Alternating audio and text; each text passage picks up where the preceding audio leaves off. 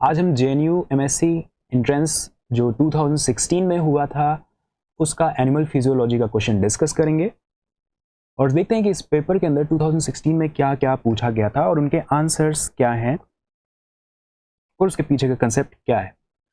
तो जो क्वेश्चन यहाँ पर है ब्लड कोगुलेशन से रिलेटेड है। Blood coagulation involve a cascade of event which one of the following conversion pathway associated with the formation of blood clot is correct. Blood clot के बारे में कौन सी बात सही है?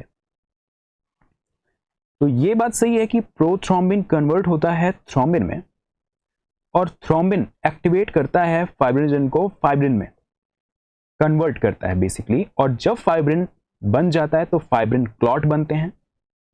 क्लॉटिंग पाथवे का ये सिंपल सा सही डायरेक्शन वाला कैस्केड है। बाकी कैस्केड सही क्यों नहीं? क्योंकि इसमें फाइब्रिन बना, फाइब्रिनोजन बना, ये तो उल्टी बात लिख दी गई है। फाइब्रिनोजन, फाइब्रिन, फाइब्रिन क्लॉट, ये तो ठीक है, पर ज्यादा डिटेल तो बी वाला दिया गया है, तो बी वाला सही होगा, इसलिए इसको हम नहीं सेलेक्ट कर सकते।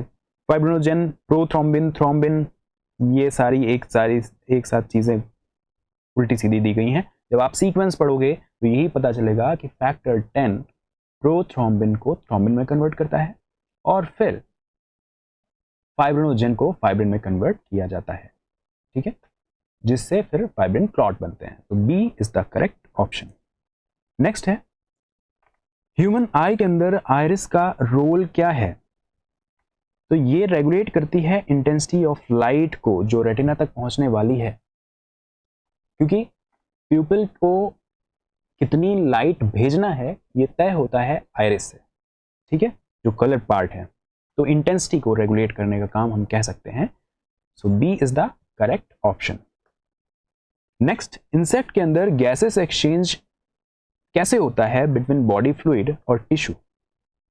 बाकी सब जगह तो सर्कुलेटरी सिस्टम काम करते हैं जो गैसेस एक्सचेंज में हेल्प करते हैं सभी ऑर्गेनिज्म में, लेकिन इंसेक्ट के अंदर ओपन सर्कुलेटरी सिस्टम होने के बावजूद वो इतने एक्टिव इसलिए रहते हैं क्योंकि गैसेस एक्सचेंज के लिए उनके पास एक अलग से सिस्टम होता है, दैट इज ट्रैकियल सिस्टम, जिसकी वजह से जिस भी सेल को ऑक्सीजन चाहिए तुरंत फटाफट मिल जाती है, क्योंकि every cell is contact with finer aeration tube, that is tracheal system. Tracheal system के अंदर ट्रैकिया होते हैं, ट्रैकिया नहीं होते बेसिकली, बहुत छोटे छोटे पोर जो होते हैं वो सीधे आकर के एक ट्यूब में होते हैं ट्रैकियल सिस्टम के अंदर। एयर कैपिलरी बेसिकली हम उनको कह सकते हैं, और हर एयर कैपिलरी के कांटेक्ट में सारी सेल्स रहती हैं, तो सेल्स डायरेक्टली ऑक्सीजन को अपटेक कर सकती हैं जब भी ज़रूरत होती है। इसलिए इंसेक्ट इतने ज़्यादा एक्टिव होते हैं क्योंकि उनको रिस्पायर करने के लिए सर्कुलेटरी सिस्टम पर डिपेंड नहीं रहना पड़ता, ठीक है, तो तुरंत एटीपी जनरेट कर सकते हैं। C is the correct option. Complete non mixing of arterial and venous blood किस में होता है? जिसमें 4 चेम्बर्ड हार्ट होता है। किस में होता है? बर्ड और मैमल्स में। बाकी सब जगह रेप्टाइल्स और ये सारे तो बाद में आए, सॉरी ये सारे तो बहुत पहले के हैं। रेप्टाइल से इवोल्यूशन हुआ किसका? इवॉल्व हुए कौन? रेप्टाइल्स के बाद कौन इवॉल्व हुए? बर्ड्स और मैमल्स, जिनमें कि 4 चेम्बर्ड हार्ट है, और 4 चेम्बर्ड हार्ट का मतलब अब ब्लड की मिक्सिंग नहीं होगी, ठीक है। सो ए इसका करेक्ट आंसर है।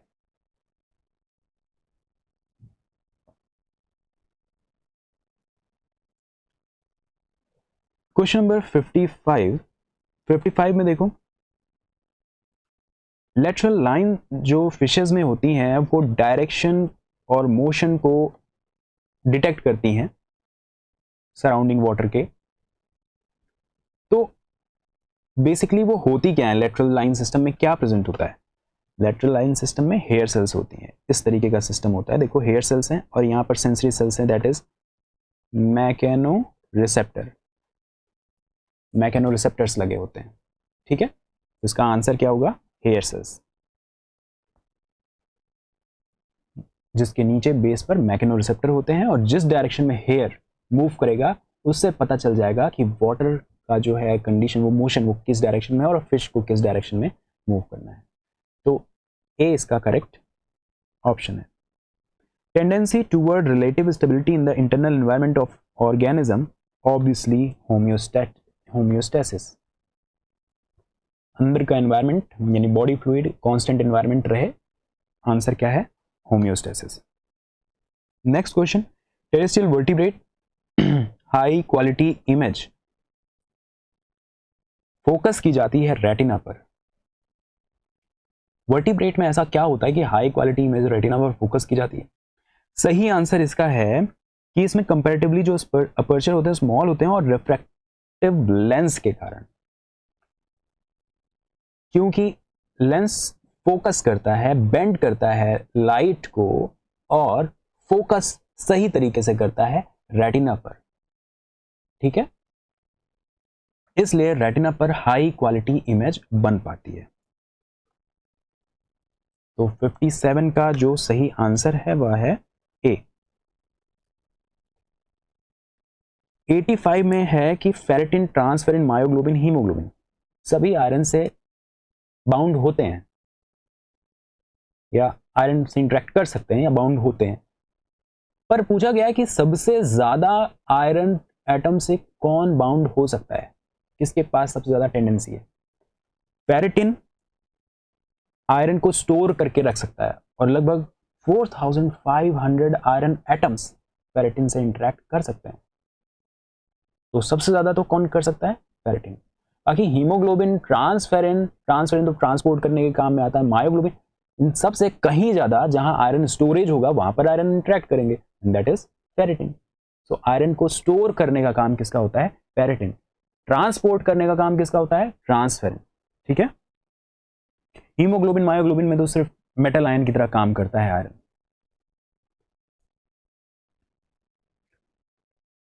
87 which part of the human anatomy is involved in mutualistic interaction with bacteria? Obviously large intestine का जो पार्ट है वहां पर ही mutualistic interaction होता है बैक्टीरिया से, जहां ई कोलाई रहते हैं, ठीक है। Pancreas is called mix gland क्योंकि ये एंडोक्राइन और एक्सोक्राइन दोनों ग्लैंड की तरह काम करती है। एंडोक्राइन ग्लैंड की तरह तब काम करेगी जब ये हार्मोन रिलीज करेगी, और हार्मोन का मतलब है जब ये इंसुलिन और ग्लूकागॉन को रिलीज करती है तब तो ये इसका एंडोक्राइन बिहेवियर है। पर जब कभी भी ये पैनक्रियाटिक जूस डाइजेशन के लिए किसी हॉलो ट्यूब में रिलीज करेगी तो ये तो एक्सोक्राइन की तरह काम कर रही है। ब्लड में रिलीज करना हार्मोन, एंडोक्राइन सिस्टम, और ट्यूब में रिलीज करना डाइजेस्टिव एंजाइम, डाइजेस्टिव जूस, ये काम है कैसा? एक्सोक्राइन, इसलिए इसको मिक्स्ड ग्लैंड कहा जाता है। So C is the correct option. 92 number question में stool of a person is whitish grey colour due to mal function of. जब कभी लिवर सही ढंग से काम नहीं करेगा तो ऐसा होगा क्योंकि लिवर अगर एप्रोप्रिएट अमाउंट में बाइल की सिंथेसिस नहीं कर रहा है तो ऐसा हो सकता है, क्योंकि बाइल की जरूरत होती है फैट को डाइजेस्ट करने में, और डाइजेस्ट करने में बेसिकली उसको इमल्सिफाई करने में जरूरत होती है। और अगर फैट ज्यादा रहा, डाइजेस्ट ना हो पाया क्योंकि इमल्सिफाई नहीं हो पाया था, तो जो स्टूल का कलर है वो व्हाइटिश ग्रे होगा। तो ऐसा तभी हो सकता है जब लिवर सही ढंग से काम ना करे। So B is the correct option. 93 the animal which uses saliva and urine for cooling. ऐसा तो बैट करता है, क्योंकि बैट स्वेट नहीं कर सकते, स्वेटिंग उनके अंदर नहीं होती, और स्वेटिंग होती है, इवेपोरेशन होता है, तो ये एक तरीके की कूलिंग की प्रोसेस है। बैट क्या करते हैं? अपनी सलाइवा से ही कूलिंग करते हैं। इवन कई जो एनिमल जो एडप्टेड हैं डेजर्ट में रहने के लिए, उनके अंदर भी जो थर्मो रेगुलेशन वाला प्रोसेस होता है, यानी कि बॉडी को कूल करने का जो तरीका होता है, वो भी अपने सलाइवेशन का मदद लेते हैं। सो इसका जो सही आंसर है that is bat, D. D is the correct option. पूछा गया है कि thick layer of insulating fat जो कि व्हेल और सील में प्रेजेंट होती है, जो उनको कोल्ड वाटर से प्रोटेक्ट करने में मदद करती है, तो ये कौन सी, इस लेयर को क्या कहा जाता है? Basically blubber is the layer of fat. It also called adipose tissue in this animals such as whale, seal, walrus, in सभी में बबलर इनको कहा जाता है, ठीक है। तो इसका सही आंसर क्या है? सी, एडिपोज टिश्यू ही होती है जो इंसुलेशन का काम करती है। Next, multi chamber digastric stomach is found in bison. Bison जो है इसके अंदर मल्टी चेम्बर्ड यानी कि 4 चेम्बर्ड स्टमक पाया जाता है। इस तरह से बाइसन हुआ या और भी जितने भी हर्बीवोर्स होते हैं, जो कैटल्स होते हैं, बेसिकली कैटल्स जो होते हैं, उनके अंदर 4 चेम्बर्ड हार्ट 4 चेम्बर्ड ये स्टमक प्रेजेंट होता है। Digestive system, now digestive system से रिलेटेड एक और question, digestion of protein is accomplished in, इसका सही आंसर क्या है? डियोडेनम। क्योंकि डियोडेनम के अंदर जो कंप्लीट होता है प्रोटीन का डाइजेशन, ऑलमोस्ट हम मान सकते हैं, क्योंकि इसके अंदर पैनक्रियास से आने वाले एंजाइम भी काम करते हैं। ठीक है, तो पैनक्रियास से जो रिलीज एंजाइम है, ट्रिप्सिन, काइमोट्रिप्सिन, ये भी कहाँ एक्ट करते हैं? ये एक्ट करते हैं डियोडेनम में। स्टमक में तो सिर्फ वहां से रिलीज होने वाले पेप्सिन ही रिलीज होते हैं, और बाकी ट्रिप्सिन और काइमोट्रिप्सिन जो रिलीज होता है वो पैनक्रियास से होता है, और ये सब कुछ हेल्प करते हैं प्रोटीन के डाइजेशन में डियोडेनम में। तो D is the correct option. Most of substance present in blood, next question है, most of the substance present in blood plasma are filtered out in the glomerular filtrate except, क्या filtrate नहीं किया जाता? ज्यादातर blood को filtration के समय ज्यादातर चीजें तो फिल्ट्रेट में आ जाती हैं, पर क्या नहीं आता? आरबीसी और लार्ज प्रोटीन, ये कभी भी क्रॉस नहीं कर पाते ग्लोमेरुलर कैपिलरी को, वहां से क्रॉस करके बोमन कैप्सूल में नहीं आते। तो बी इसका सही आंसर होगा। सी में देखो लास्ट में शुगर लिखा है, और शुगर तो आ जाता है, ग्लूकोज तो आ ही जाता है क्रॉस करके, क्योंकि मॉलिक्यूलर वेट छोटा होता है, साइज भी छोटी होती है। लार्ज प्रोटीन सिर्फ कहना सही नहीं है, जब आरबीसी भी दे रखा है, तो ना तो सेल क्रॉस कर पाएगी, ना तो लार्ज प्रोटीन क्रॉस कर पाएंगे। टैडपोल और फ्रॉग नाइट्रोजनस वेस्ट को किस फॉर्म में एक्सक्रीट करते हैं? तो टैडपोल जो है, टैडपोल लार्वा, ये वाटर में रहता है, और अगर वाटर में रहता है तो वाटर की अवेलेबिलिटी इतनी ज्यादा है तो ऑब्वियसली अमोनिया को एज इट इज डाइल्यूट करके रिलीज कर दिया जाएगा। जबकि फ्रॉग जो अब टेरेस्ट्रियल एनवायरनमेंट की तरफ आ गया है, वो अब यूरिया को रिलीज करना शुरू कर देता है, एक्सक्रीट करना शुरू कर देता है। क्योंकि वाटर की अब मॉडरेट अवेलेबिलिटी है, और कोई भी एनिमल किस फॉर्म में नाइट्रोजनस वेस्ट को एक्सक्रीट कर रहा है, ये डिपेंड करता है वाटर की अवेलेबिलिटी के ऊपर। अगर वाटर ज़्यादा अवेलेबल है तो फिर अमोनिया जो कि टॉक्सिक फॉर्म है उसको ही डाइल्यूट करके रिलीज कर दिया जाएगा। अगर वाटर की अवेलेबिलिटी कम है तो डाइल्यूशन करने के लिए इतना ज़्यादा वाटर को लॉस नहीं कर सकते, इसलिए तो लेस टॉक्सिक फॉर्म कन्वर्ट करना पड़ेगा अमोनिया की, दैट इज यूरिया, ताकि पानी की ज़रूरत कम पड़े उसके डाइल्यूशन के लिए और उसके एक्सक्रीशन के लिए। इसलिए जो टेरेस्ट्रियल एनवायरनमेंट में रहने वाले एनिमल्स हैं वो सभी अमोनिया को लेस टॉक्सिक जो उसमें कंपाउंड में कन्वर्ट करते हैं, दैट इज यूरिया, और फिर एक्सक्रीट करते हैं। जबकि डेजर्ट में रहने वाले उनके पास तो वाटर होता ही नहीं है, स्कैर्सिटी होती है, और वहां तो बिल्कुल भी डाइल्यूशन नहीं किया जाएगा। इसीलिए तो सबसे कम टॉक्सिक सब्सटेंस या non toxic substance uric acid में कन्वर्ट किया जाता है फिर नाइट्रोजनस वेस्ट को, ताकि क्रिस्टलाइज फॉर्म में ही रिलीज कर दिया जाए, डाइल्यूशन की जरूरत ना पड़े। तो इसका सही आंसर क्या होगा?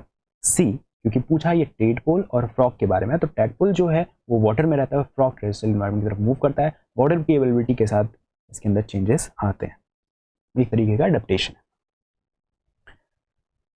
पूछा गया है कि ऑक्सीजन पल्मोनरी कैपिलरी तक कैसे पहुंचती है? लंग्स के एल्वियोलाई से पल्मोनरी कैपिलरी तक कैसे पहुंचती है? लंग्स की एल्वियोलाई थी, और यहां पर जो ब्लड कैपिलरी है, यहां तक ऑक्सीजन किस प्रोसेस से पहुंचती है? डिफ्यूजन से पहुंचती है, पैसिव डिफ्यूजन से पहुंचती है। पैसिव डिफ्यूजन किसके बेसिस पर होता है? पार्शियल प्रेशर ऑक्सीजन यहाँ का बहुत ज्यादा होता है, पार्शियल प्रेशर ऑक्सीजन यहाँ का कम होता है, इसलिए ज्यादा पार्शियल प्रेशर ऑक्सीजन जहां पर है वहां से कम पार्शियल प्रेशर की तरफ मूव करती है ऑक्सीजन, पैसिव डिफ्यूजन। गैसों का कभी एक्टिव ट्रांसपोर्ट नहीं होता, क्योंकि इनको किसी से पूछने की जरूरत नहीं होती है, फैसिलिटेटेड डिफ्यूजन भी नहीं है, आसानी से ये डिफ्यूज हो जाते हैं। नेक्स्ट है, an individual not having clothes on his body is inside a room where the air temperature is 21 degree centigrade, humidity is 80 degree centigrade. The greatest amount of heat will be lost from the body through कौन सी condition से body का heat loss होगा? Cloth कोई है नहीं, और वो ऐसे रूम में है जहां पर 21 डिग्री सेंटीग्रेड है। बॉडी का टेम्परेचर कितना होता है नॉर्मली? 37 degree centigrade. डिफरेंस कितना आ गया? लगभग 16 डिग्री सेंटीग्रेड। अब ऐसे ठंडे रूम में है तो रेडिएशन से हीट लॉस तो होगा ही होगा, पर अब बॉडी वो कहीं पर तो खड़ा होगा, कहीं पर तो बैठा होगा, हवा में तो उड़ नहीं रहा होगा। Get it? तो हवा में जब उड़ नहीं रहा होगा, किसी सरफेस पर होगा और वो सरफेस ठंडी हो गई होगी।